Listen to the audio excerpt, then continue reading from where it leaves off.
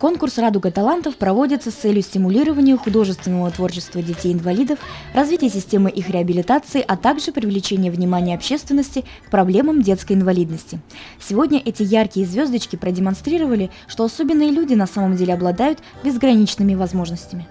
Этот фестиваль у нас задумано было для того, чтобы способствовать ребятам участвовать в конкурсах творчества, декоративно-прикладного искусства, других номинаций. И поэтому дети с удовольствием, с большим желанием приезжают каждый год в наш город. Мы в этом году проводим в детской художественной школе, потому что желание было наших председателей районных и городских организаций, чтобы увидели уникальное здание, уникальное учебное заведение. Помимо творческих номеров, ребята представили работы декоративно-прикладного искусства.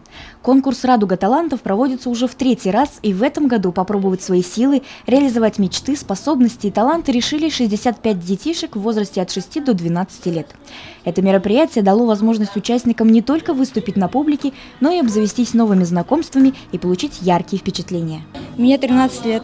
Я хожу на КВН, на гвардии хожу, там и выступаем, играем, шутим, веселимся.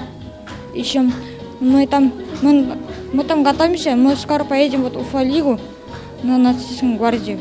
Глядя на удивительные номера и творческие работы этих детей, понимаешь, что существующие ограничения заметны лишь непосвященным людям.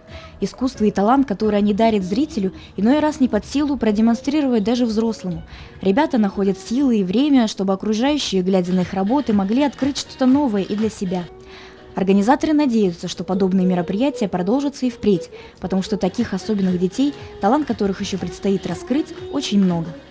Евдокия Титаренко, Алик Кадыров, Любовь Карпова, телекомпания СТВ.